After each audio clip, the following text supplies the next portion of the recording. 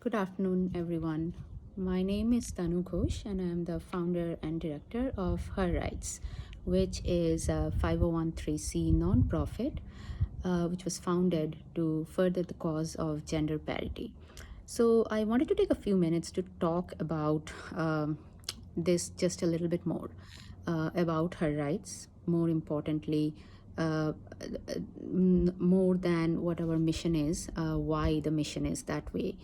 So, really, if we look into the issues today, I do feel that gender disparity is probably one of the most effective solution that we could have to all verticals of our socioeconomic problems. This is not me saying so. There are multiple reports by global foundations which prove that from anything from conflict to GDP uh, to sustainability, gender equality is really the way to go. But more importantly, talking about gender equality, what I think of this is looking at from my daughter's lens, answering why not gender equality.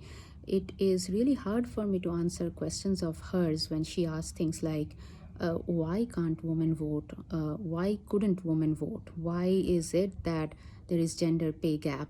All of these things, if you look at the human race and if you look at men and women on uh, all genders, really anywhere in falling anywhere in the gender spectrum is really a member of the human race. Why we are not equal is really not an easy question to answer. Now, that's why we should be equal, even though the motivator often is socio-economic, and that's a good driver for driving us towards that goal. Really is a question that is very difficult to answer. Now, coming then to gender inequality. Really, if you look at it today, there are three swim lanes as I see on why the two genders are not functioning at what we can call gender parity. Now, the first vertical is discrimination in availability of opportunities, meaning that men and women do not have equal opportunities available to them across globally, and even within a certain society, we do not have representation at the same levels at all places of both genders, and this is because of history, decades of conditioning, uh, what we had available to one gender versus another. It's really systemic and built up over time. And the second issue is that of gender violence. There is a high spectrum of propensity in any kind of conflict or even a time of peace. Gender violence is a problem that affects women much more than it does men, and it's kind of all of these swim lanes are interdependent on each other because one does affect another. And the third one, so we talked about discrimination. We talked about discrimination in terms of opportunities, whether or not that is available. We talked about violence or one segment really being oppressed by another. And the third one, really, which might be considered equivalent to the first one, is lack of awareness or lack of belief, again, because of historical reasons on both genders can be equal. It seems like we still have to do a lot of convincing to do, depending on where we are globally, on men and women are equal or not. So, with that, when I founded Her Rights, I started looking at what would really need to happen if we think of an ideal state goal for men and women to be equal in all fronts. And really, it's a broader statement than that. It's not just men and women, it's really all members of the human race. When I say men and women, I'm just talking about very broadly to have some guardrails or an easier way to say this. But let's just limit it to talk about the two extremes of the gender spectrum at this point, men and women. When I looked at, okay, why are women not equal to men today? What is going on there? As I said, there is a lack of access to resources and the same amount of opportunities. There is a higher propensity of violence towards women, which again limits what they're able to access and how they're able to thrive or not thrive. And the third one is a lack of awareness, even amongst women, about this gender roles being really something that is more of a conditioning, and that men and women really are and should and can be equal. So when I started looking at the problem statements, however, and what are the avenues of fighting it, what I saw was that most of the organizations that are working are kind of targeting more towards a vertical problem statement, often related towards gender violence, a specific gender violence problem statement, or a very specific resources or discrimination problem statement. For example, there are organizations who are trying to provide access of women, girl childs to STEM, propagate that further. There are organizations fighting child trafficking. There are organizations fighting rape. There are organizations fighting acid attack. There are organizations fighting female genital mutilation.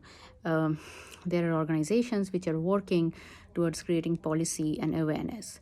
But I tried to look at these problem statements not so much as verticals or but more as a horizontal.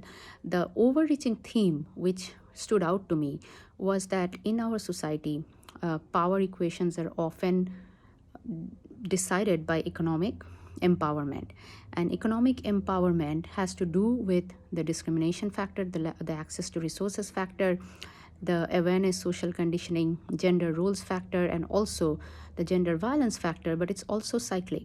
What starts happening is if women are represented at all different fronts, and by representation I just don't mean having a woman there or having that job accessible to a woman, but also a woman there thriving, which needs to do with the other two verticals, that she needs to be safe, she needs to be someone who feels empowered, she needs to be someone who is supported by the society to be there as much as her male counterpart might be.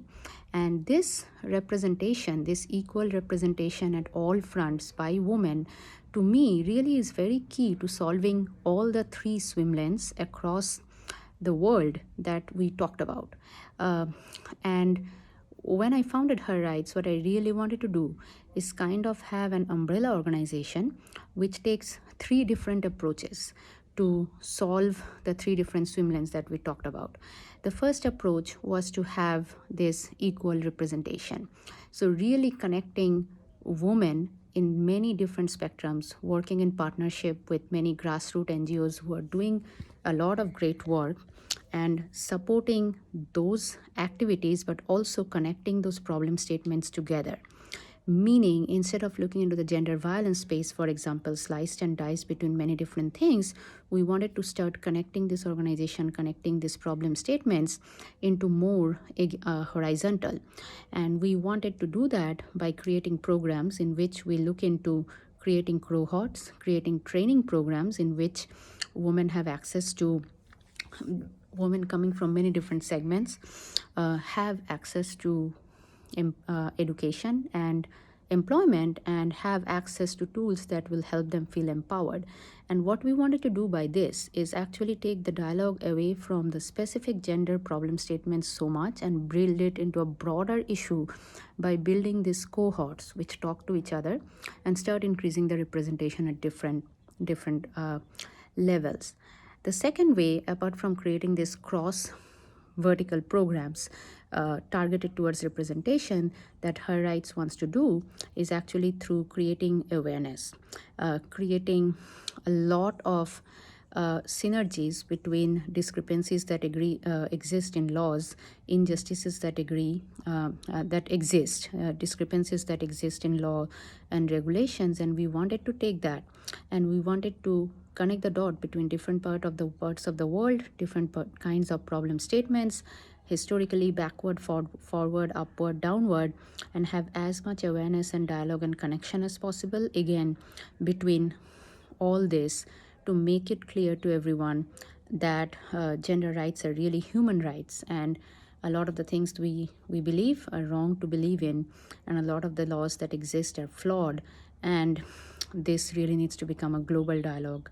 And the third way, apart from the programs, representation that we talked about, and the awareness vertical we talked about, that we try to assist, is by directly funding rehabilitation activities towards different efforts that are supporting women affected in many different ways. So we have worked with organizations working with Syrian refugees. We have tried to work with child trafficking, acid attack. And the reason we do that is twofold. First of all, this supports our first problem statement that we need to connect all of these organizations that are working. We need to connect them in a way that we understand that this is actually more of horizontal problem statement than specific verticals, even though the verticals might be very important for targeting a very specific issue.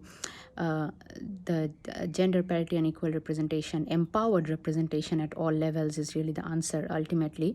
So we build these networks, but through this, but we also directly want to support these causes to understand the specific causes so that we can connect them more and more towards our horizontal agenda of having a unified approach to the gender disparity issue. So that's pretty much what I had to say. Again, to quickly recap, we believe that there are 3 swim lanes to look at here: lack of access to resources, gender-based violence, and lack of awareness and alignment. And how we want to target that is by taking all the verticals of gender issues and creating a horizontal connection across that. We want to do that by looking into programs that can provide, no matter which specific segment we are dealing with, empowered representation, and start connecting the segments with each other to build this horizontal network and cohort. Our action towards that is through 3 things: designing programs like that and gaining partnership and funding, connecting the nonprofits with each other through us and directly supporting their rehabilitation efforts, and then creating awareness towards that. Thank you.